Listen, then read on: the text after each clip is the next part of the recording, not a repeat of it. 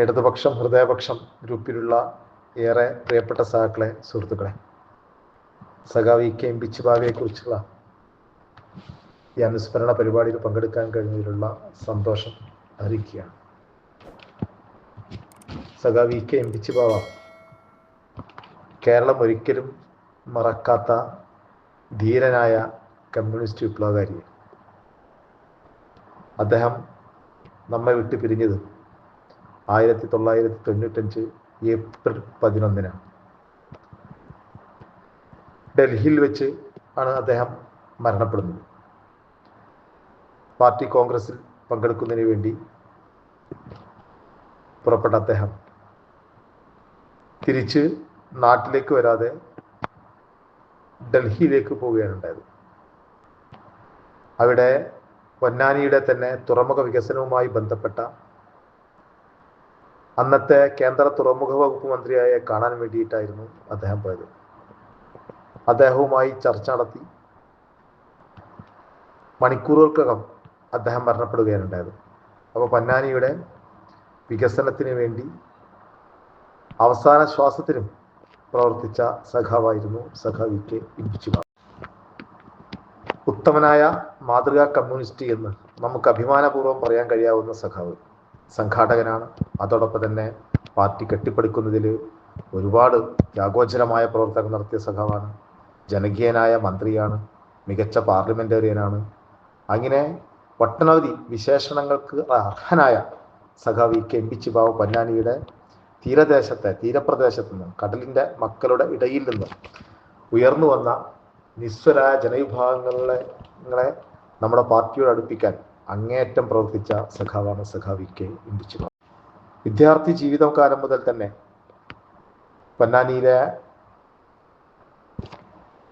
U P സ്കൂളിൽ പഠിക്കുന്ന ഘട്ടത്തിൽ അവിടുത്തെ അധ്യാപകന്റെ ഒരു അനീതിക്കെതിരായിട്ട് അവിടെ വെച്ച് ശബ്ദമുയർത്തിയ സഖാവ് കൂടിയാണ് ഇമ്പിച്ചിബാവ. തുടർന്ന് അദ്ദേഹത്തെ കോഴിക്കോട്, അദ്ദേഹത്തിൻ്റെ ഫാദർ കോഴിക്കോട് സ്രാങ്കായിട്ട് ജോലി ചെയ്യുന്ന സമയത്ത് അങ്ങോട്ട് കൊണ്ടുപോയി. അവിടെ ശ്രീ ഗണപത് ഹൈസ്കൂളിലാണ് അദ്ദേഹത്തിൻ്റെ തുടർപഠനം ഉണ്ടായത്. അവിടെ വെച്ച് തന്നെ വിദ്യാർത്ഥി ഫെഡറേഷനുമായി ബന്ധപ്പെടുകയും അങ്ങനെ പാർട്ടിയുടെ ആദ്യത്തെ CPIയുടെ അന്നത്തെ ആദ്യത്തെ സംസ്ഥാന സെക്രട്ടറി ആയിരുന്ന സഖാവ് പി കൃഷ്ണപിള്ള വിദ്യാർത്ഥികളെ സംഘടിപ്പിക്കുന്നതിന് വേണ്ടി, ഫെഡറേഷൻ സംഘടിപ്പിക്കുന്നതിന് വേണ്ടിയിട്ടുള്ള പ്രവർത്തനങ്ങൾ അദ്ദേഹത്തെ ചുമതല കൊടുക്കുകയുണ്ടായത്. അങ്ങനെ നിരന്തരമായിട്ട് ഉള്ള അദ്ദേഹത്തിൻ്റെ സ്വാതന്ത്ര്യ സമരത്തിന് വേണ്ടിയുള്ള ദേശീയ സ്വാതന്ത്ര്യ സമരത്തിൻ്റെ ഭാഗമായിട്ടുള്ള പ്രവർത്തനം, കമ്മ്യൂണിസ്റ്റ് പാർട്ടിയുമായിട്ടുള്ള ബന്ധപ്പെട്ട പ്രവർത്തനം, അങ്ങനെ പലതവണ ജയിലിൽ കഴിയുകയും പിടികിട്ടാപ്പുള്ളിയായിട്ട് രാജ്യം മുഴുവൻ തെരഞ്ഞെടുക്കുന്ന ഒരു വ്യക്തിയായിരുന്നു, ഒരു പോരാളിയായിരുന്നു അന്ന് സഖാവ്. അങ്ങനെ ഉജ്ജ്വലമായിട്ടുള്ള പോരാട്ടം അവിഭക്ത കമ്മ്യൂണിസ്റ്റ് പാർട്ടിയുടെ കാലഘട്ടത്തിൽ തന്നെ നടത്തുകയും തുടർന്ന് അവിഭക്ത കമ്മ്യൂണിസ്റ്റ് പാർട്ടിയുടെ പാലക്കാട് ജില്ലാ സെക്രട്ടറി 1956 ഐക്യ കേരള രൂപം കൊള്ളുകയും 1957 പാലക്കാട് ജില്ലയിലെ പാർട്ടി സെക്രട്ടറി ആയിട്ട് ചുമതലയേൽക്കുകയാണുണ്ടായത്. ഇന്ത്യൻ കമ്മ്യൂണിസ്റ്റ് പാർട്ടിയുടെ ദേശീയ കൗൺസിൽ അംഗമായിരുന്ന സഖാവ് അന്ന് റിവിഷനിസത്തിനെതിരായിട്ടുള്ള പോരാട്ടത്തിൽ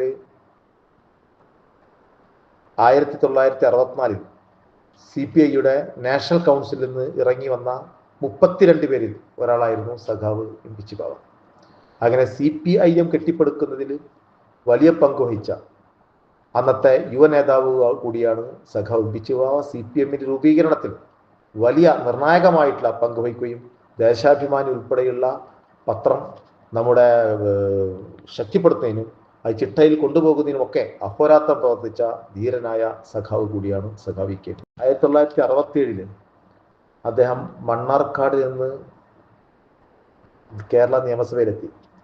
അങ്ങനെ രണ്ടാമത്തെ EMS സർക്കാരിൽ ഭക്ഷ്യ വിഭവത്തിൻ്റെയും ട്രാൻസ്പോർട്ടിൻ്റെയും ചുമതല വഹിച്ചിരുന്ന മന്ത്രിയായിരുന്നു സഖാവ് ഇമ്പിച്ചിബാവ. ആ കാലഘട്ടത്തിൽ നമുക്കറിയാം, മലബാറിലേക്ക് KSRTC ബസ്സുകളൊന്നും ഇല്ലാത്ത കാലത്ത് മലബാറിലെ പല നഗരങ്ങളിലേക്കും KSRTC ബസ് കൊണ്ടുവരുന്നതിനും അതുമായി ബന്ധപ്പെട്ടുണ്ടായിരുന്ന ഒട്ടനവധി സാങ്കേതിക പ്രശ്നങ്ങളെയെല്ലാം വളരെ കയ്യൊതുക്കത്തോട് കൂടിയിട്ട് എല്ലാവർക്കും അത്ഭുതമുളവാക്കുന്ന രീതിയിൽ ചുവപ്പ് നാടകളെയെല്ലാം ഏത് രീതിയിൽ കൈകാര്യം ചെയ്യാമെന്ന് പൊതുപ്രവർത്തകർക്കാകെ പാഠമാകുന്ന രീതിയിൽ ഇടപെട്ട് പ്രവർത്തിച്ച സഖാവിൻ്റെ ഒട്ടനവധി അനുഭവങ്ങൾ നമുക്കേറെ പറയാനുണ്ട്. ത്തിലാണ് സഖാവ് EMSന്റെ രണ്ടാം മന്ത്രിസഭയുടെ കാലഘട്ടത്തിലാണ് മലപ്പുറം ജില്ലയുടെ രൂപീകരണം നടക്കുന്നത് 1969. ആ രൂപീകരണ ഘട്ടത്തിൽ പിന്നോക്ക പ്രദേശങ്ങളെല്ലാം ചേർത്തുകൊണ്ടുള്ള മലപ്പുറം ജില്ല രൂപീകരിക്കുന്നതുമായി ബന്ധപ്പെട്ട് അന്ന് വലിയ പ്രതിഷേധങ്ങൾ നടക്കുന്ന കാലമാണ്. BJPയുടെ അന്ന് BJP ഭാരതീയ ജനസംഘാണ്, അതോടൊപ്പം തന്നെ കോൺഗ്രസ് മലപ്പുറം ജില്ല രൂപീകരിക്കുന്നതിനായിട്ട് വലിയ വർഗീയമായിട്ടും അല്ലാത്ത രീതിയിലൊക്കെയുള്ള വലിയ പ്രചരണങ്ങൾ അഴിച്ചുവിട്ടിരുന്നു. അതിനെല്ലാം ശക്തമായി പ്രതിരോധിച്ചുകൊണ്ട് മലപ്പുറം ജില്ല രൂപീകരിക്കുന്നതിന് വേണ്ടിയിട്ട് അന്ന് നേതൃനിരയിൽ നിന്ന സഖാവ് നമ്മുടെ ഇന്ന് കാണുന്ന നമ്മുടെ കരിപ്പൂർ എയർപോർട്ട്, കോഴിക്കോട് എയർപോർട്ട്, ആ എയർപോർട്ടിൽ സ്ഥലമെടുക്കുന്നതുമായി ബന്ധപ്പെട്ട പ്രവർത്തനങ്ങൾക്കൊക്കെ നേതൃത്വം കൊടുത്ത സഖാവായിരുന്നു സഖാവ് ഇ.പി. വികസന രംഗത്ത് മാത്രമല്ല, ഭരണരംഗത്തും അതോടൊപ്പം തന്നെ പാർട്ടി കെട്ടിപ്പടുക്കുന്നതിന്, പാർട്ടിയുടെ വിപുലീകരണത്തിന്, പാർട്ടിയുടെ ദൃഢീകരണത്തിന് മലപ്പുറം ജില്ലയിലെ പാർട്ടിയിലെ അന്നത്തെ യാഥാസ്ഥിതിക ജനവിഭാഗങ്ങൾ ഈ പാർട്ടിക്കെതിരായിട്ട് നടത്തിയിരുന്ന കുപ്രചരണങ്ങൾക്കെതിരായിട്ട് മുൻനിരയിൽ നിന്ന് പ്രവർത്തിച്ചുകൊണ്ട് 1971 മുതൽ 80 വരെ പാർട്ടിയുടെ മലപ്പുറം ജില്ലാ സെക്രട്ടറി ആയിട്ട് പ്രവർത്തിച്ച കാലം നമ്മുടെ പാർട്ടിയെ സംബന്ധിച്ചിടത്തോളം ഏറെ അഭിമാനകരമാണ്, അതോടൊപ്പം തന്നെ ആവേശകരമാണ്. ദീർഘകാലത്തെ പാർലമെന്റേറിയൻ കൂടിയാണ് സഖാവ് ഇ.പി. 2 തവണ രാജ്യസഭയിലും 2 തവണ ലോകസഭയിലും അംഗമായിരുന്നു. അദ്ദേഹത്തിൻ്റെ ലോകസഭയിലെ മലയാളം പ്രസംഗം ചരിത്രത്തിൽ ആദ്യമായിട്ട് മറ്റൊരു പ്രാദേശിക ഭാഷയിൽ പാർലമെന്റിൽ പ്രസംഗിച്ചത് സഖാവ് ഇ.പി. അന്നത്തെ രാഷ്ട്രപതിയായിരുന്ന ഡോക്ടർ രാധാകൃഷ്ണൻ അതിന് അനുമതി കൊടുക്കുകയും തുടർന്ന് പാർലമെന്റ് ചരിത്രത്തിൽ ഏത് പ്രാദേശിക ഭാഷയിലും സംസാരിക്കാമെന്നുള്ള ഒരു രീതി വന്നതും ഇതിന് ശേഷമാണ്. സഖാവിൻ്റെ ഓർമ്മകൾ എത്ര പറഞ്ഞാലും തീരാത്തത്ര അനുഭവങ്ങൾ സഖാവിൻ്റെ പൊതുപ്രവർത്തന കാലഘട്ടത്തിൽ ഒരു കമ്മ്യൂണിസ്റ്റുകാരൻ, ധീരനായ കമ്മ്യൂണിസ്റ്റുകാരൻ, വിപ്ലവകാരി എന്ന രീതിയിൽ പറയാനുണ്ട്. പക്ഷെ ഒന്ന് ഇപ്പോൾ സൂചിപ്പിക്കുന്നത് എന്താ വെച്ചാൽ, അദ്ദേഹം അടിയന്തരാവസ്ഥ കാലഘട്ടത്തിൽ നീണ്ട 18 മാസം അദ്ദേഹം കണ്ണൂർ സെൻട്രൽ ജയിലിൽ മിസ തടവുകാരനായി കഴിഞ്ഞിരുന്നു. അപ്പോൾ ഇന്നത്തെ കാലഘട്ടത്തിൽ നമുക്കറിയാം, അതേപോലെ ജനാധിപത്യത്തിനെതിരായിട്ടുള്ള വലിയ രീതിയിലുള്ള പ്രവർത്തനങ്ങൾക്ക് നേതൃത്വം കൊടുക്കുകയാണ് ഇന്നത്തെ കേന്ദ്ര ഗവൺമെൻറ്.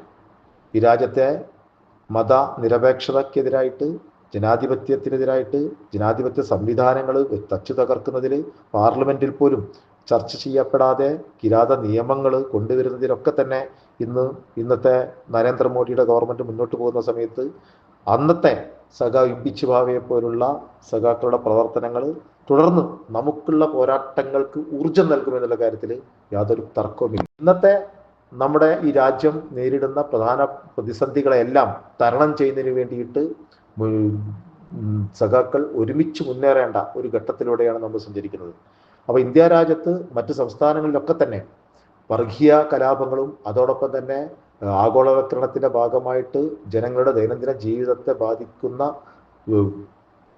കാര്യങ്ങൾ നടന്നുകൊണ്ടിരിക്കുകയാണ്. എന്നാൽ അതിനൊക്കെ ബദലായിട്ട് ഇന്ന് കേരളത്തിൽ ഒരു ഇടതുപക്ഷ ജനാധിപത്യങ്ങളുടെ ഗവൺമെന്റ് ഒരു തരത്തിലുള്ള നല്ല മികച്ച സാമൂഹ്യ അന്തരീക്ഷമുള്ള, ഒരു തരത്തിലുള്ള വർഗീയ കലാപങ്ങളും നടക്കാത്ത, അതോടൊപ്പം തന്നെ സാധാരണക്കാരൻ്റെ ആവശ്യങ്ങൾക്ക് പ്രാധാന്യം നൽകുന്ന, പൊതുമേഖലാ സ്ഥാപനങ്ങളെ സ്വകാര്യവൽക്കരിക്കാത്ത, കാർഷിക മേഖല സ്വകാര്യവൽക്കരിക്കാത്ത, ലക്ഷക്കണക്കിന് വരുന്ന ആളുകൾക്ക് ക്ഷേമ പെൻഷനുകൾ വിതരണം ചെയ്യുന്ന, വിദ്യാലയങ്ങളിലെ അടിസ്ഥാന സൗകര്യങ്ങളും ഗുണമേന്മയേറിയ വിദ്യാഭ്യാസവും നൽകുന്ന, ആരോഗ്യ കേന്ദ്രങ്ങൾ മികച്ച ഇതാക്കി മാറ്റിയ, അങ്ങനെ സാധാരണക്കാരായ ആളുകൾക്ക് കൂടുതൽ സന്തോഷത്തോടു കൂടി ജീവിക്കാൻ കഴിയുന്ന ഒരു തുരുത്തായി നമ്മുടെ കേരളം മാറിയത് നമ്മുടെ ഇടതുപക്ഷ ജനാധിപത്യ മുന്നണിയുടെ ഗവൺമെന്റുകളുടെ കാലഘട്ടത്തിലാണ് എന്ന ബോധ്യത്തിന്റെ അടിസ്ഥാനത്തിൽ ആ ഇടതുപക്ഷ സർക്കാരിനെ തച്ചു തകർക്കുന്നതിന് വേണ്ടി എല്ലാ അർത്ഥത്തിലുമുള്ള എല്ലാ ചിത്രശക്തികളും ഒരുമിച്ച് പ്രവർത്തിക്കുന്ന ഘട്ടത്തിൽ